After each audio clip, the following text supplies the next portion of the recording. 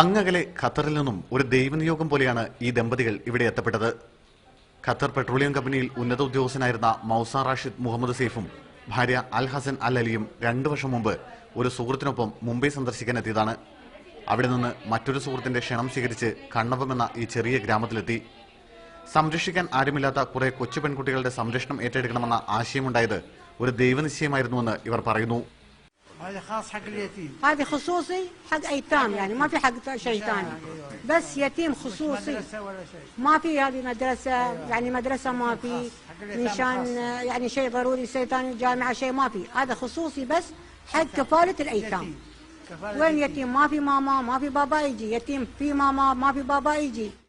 കണ്ണവ സ്വദേശിനി ഷാഹിദ സൗജന്യമായി നൽകിയ 35 സെന്റ് സ്ഥലത്ത് അങ്ങനെയാണ് മിറ ഹോം ഫോർ ഗേൾസ് എന്ന ഈ സ്ഥാപനം ഉയർന്നു വന്നത്. മൗസ റാഷിദ് മുഹമ്മദ് സെയ്ഫും ഭാര്യയും നേരിട്ടായിരുന്നു കെട്ടിടം നിർമ്മിച്ചതും മറ്റ് അടിസ്ഥാന സൗകര്യങ്ങൾ ഒരുക്കിയതും.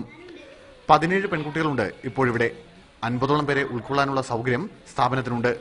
ഇക്കഴിഞ്ഞ മെയ് 17-നാണ് സ്ഥാപനം ഔദ്യോഗികമായി പ്രവർത്തനം ആരംഭിച്ചത്. ഒരു അനാഥാലയം എന്ന രീതിയിലല്ല, മറിച്ച് ഒരു വീടെന്ന നിലയ്ക്ക് ഈ സ്ഥാപനത്തെ കൊണ്ടുപോകാനാണ് ഇവരുടെ ആഗ്രഹം. കണ്ണവത്ത് ഇവരെ സഹായിക്കാൻ സാജിദ ഹാരിസിനെ പോലെ ഒരുപറ്റം ആളുകളുമുണ്ട്. കേരളത്തെ ഏറെ സ്നേഹിക്കുന്ന ഈ ദമ്പതികളുടെ മനസ്സിൽ ഇനിയും ഒരുപിടി സേവന പ്രവർത്തനങ്ങൾ നടത്തണമെന്ന ആഗ്രഹം ബാക്കിയുണ്ട്.